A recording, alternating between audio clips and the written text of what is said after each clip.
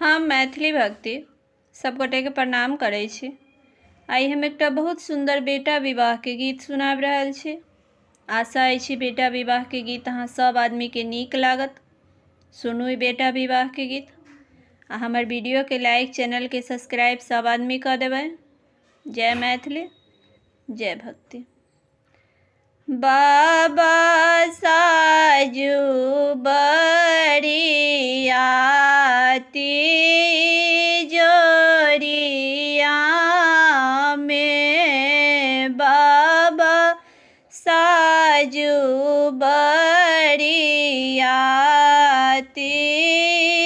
जोरिया में, जेहने ई जोरिया तेहने अन्हरिया, जेहने ई जोरिया तेहने अन्हरिया।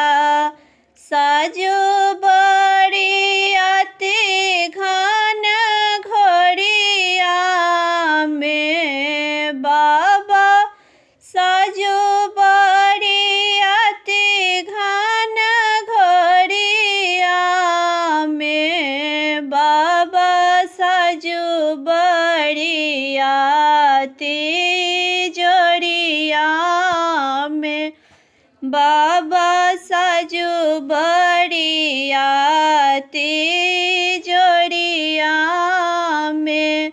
कथी चढ़ी राम, कथी चढ़ी लक्ष्मण, कथी चढ़ी राम, कथी चढ़ी लक्ष्मण।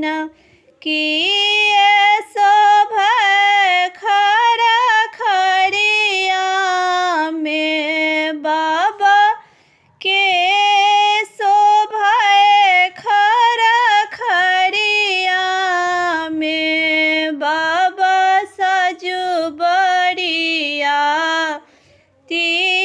जोरिया में, बाबा साजू बरियाती जोरिया में। हाथी चढ़ी राम, घोड़ा चढ़ी लक्ष्मण, हाथी चढ़ी राम, घोड़ा चढ़ी लक्ष्मण।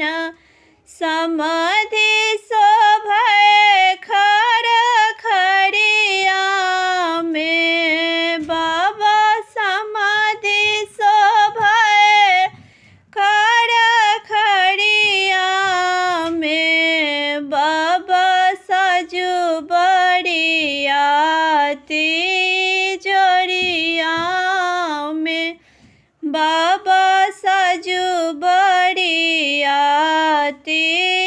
जोरिया में। सब बरियतिया जनकपुर पहुँचल, सब बरियतिया जनकपुर पहुँचल। धन धन बाजू ई जोरिया में, बाबा धन धन बाजू ई जोरिया में, बाबा साजू बरियाती जोरिया में, बाबा साजू बरियाती जोरिया में।